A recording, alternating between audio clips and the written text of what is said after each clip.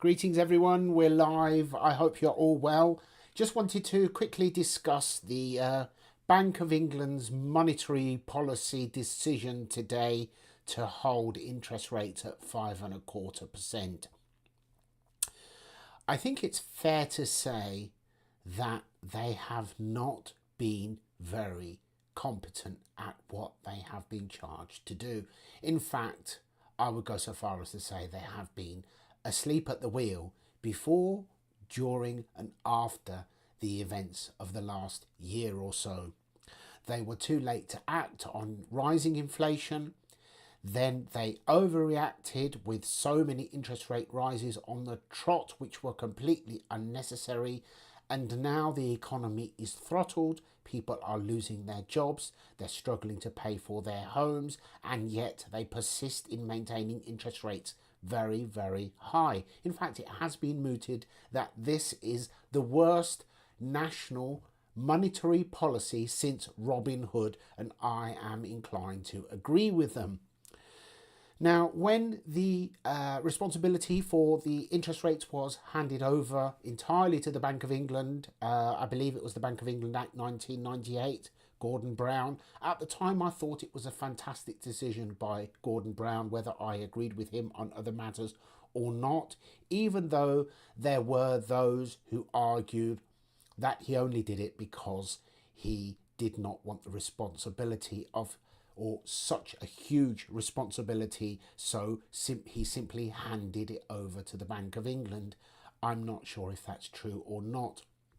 However, I do feel that this guy, Andrew Bailey, is not fit for the job that he is responsible for, because he's not only incompetent, he's not only been asleep at the wheel, but he's also arrogant, because this is the guy who just a few weeks or months ago, when people were struggling, who turned around and said on his six-figure salary that people should just accept that they are now poorer.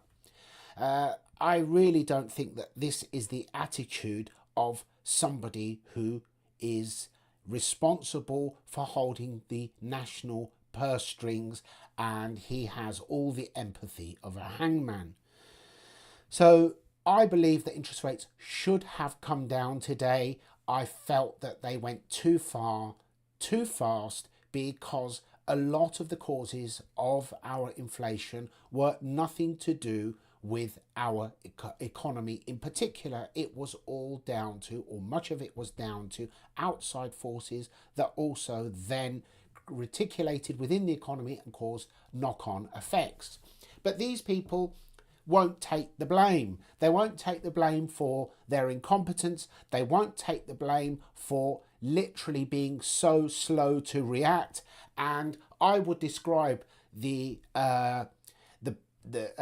best way to describe the reaction time of Andrew Bailey is almost like he is the last person in a long line of the conga performed by the over 80s, basically. And yet they won't take the blame. They won't look at outside forces. They won't look at the actions and causes because of the corporations or because of the energy suppliers, but they will turn around and they'll blame the bus drivers and they'll blame the nurses, because these people have the audacity to be asking for wage increases so that they can actually pay for their homes, pay for heat and pay for food. How dare they?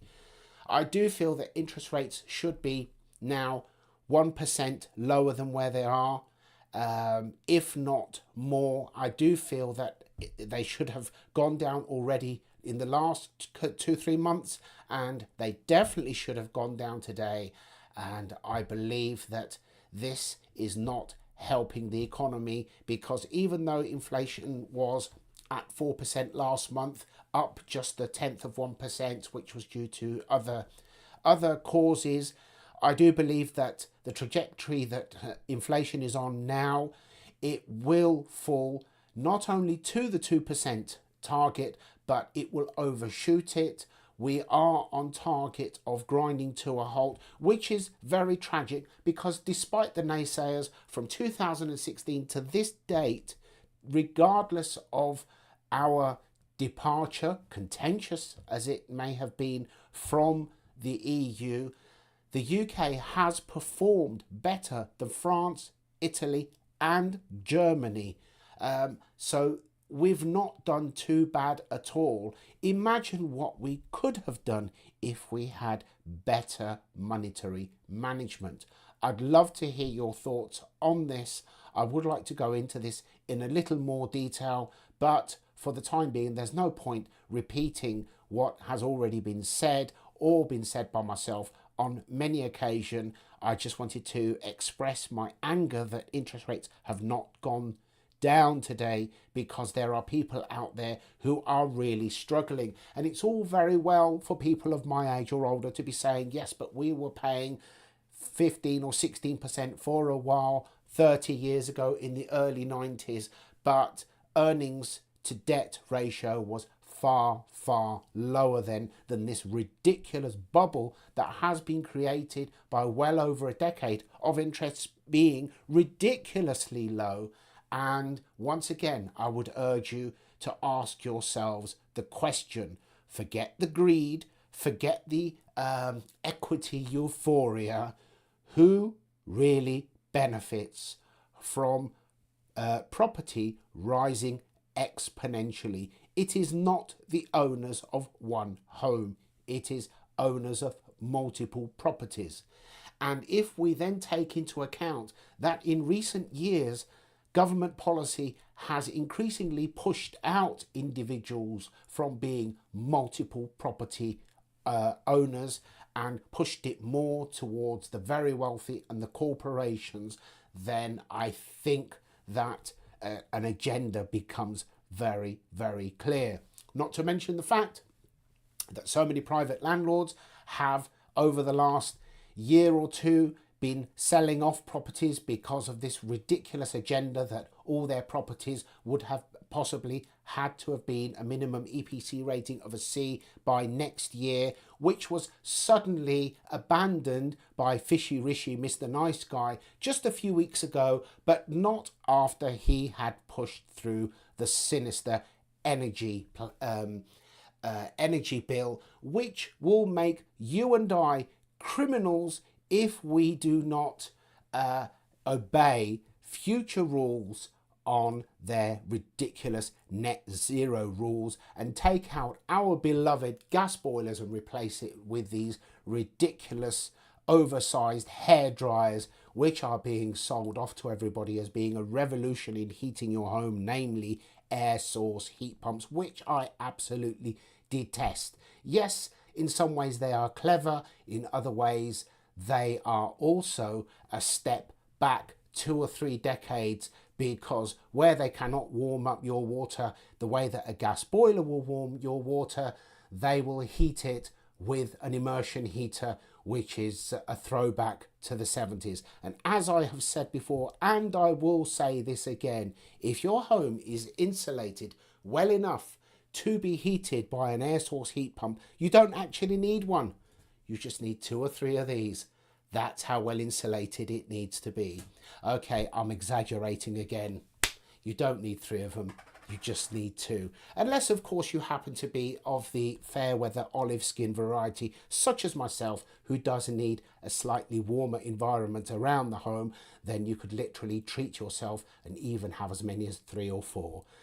Obviously, that's me being cynical, but that's my thoughts on heat pumps. But the fact that the energy bill has pushed through proposals, law that will basically make everyday people face a fine of up to £15,000 or even imprisonment for misrepresenting the energy performance of their homes somehow. And that's the thin end of the wedge. It always is. I'm afraid these people need to go. Let's not forget, Fishy Rishi has no mandate from the people to be where he is. Liz Truss before him may not have had a mandate from the people, but she was selected by the party members after weeks or months of atrocious, boring hustings. But because she wasn't a person who represented the will of the corporations, they undermined her and they booted her out and let her take the blame. We all know that the city reacts instantly to any change that it does not like. Now, on that note, where Liz Truss is concerned, her proposals on the economy were crystal clear and unchanged throughout the hustings. And yet why, when she implemented these policies, did the markets react so badly? This was not because of the announcement made that day by Kwasi Kwarteng. It was because the whole proposal was undermined by the party itself from the day before, unnerving the markets. This is the type of party and the mentality and the underhandedness that is running our country, and this is why the whole lot of them need to go. There is talk that the reality that they could be wiped out at the next election, and they deserve to be, because they have taken the confidence and the support of the British public and they have literally thrown it in their face. Anyway, I'd love to hear your thoughts about that. Thank you very much. Bye bye for now, and I'll see you next time. Bye.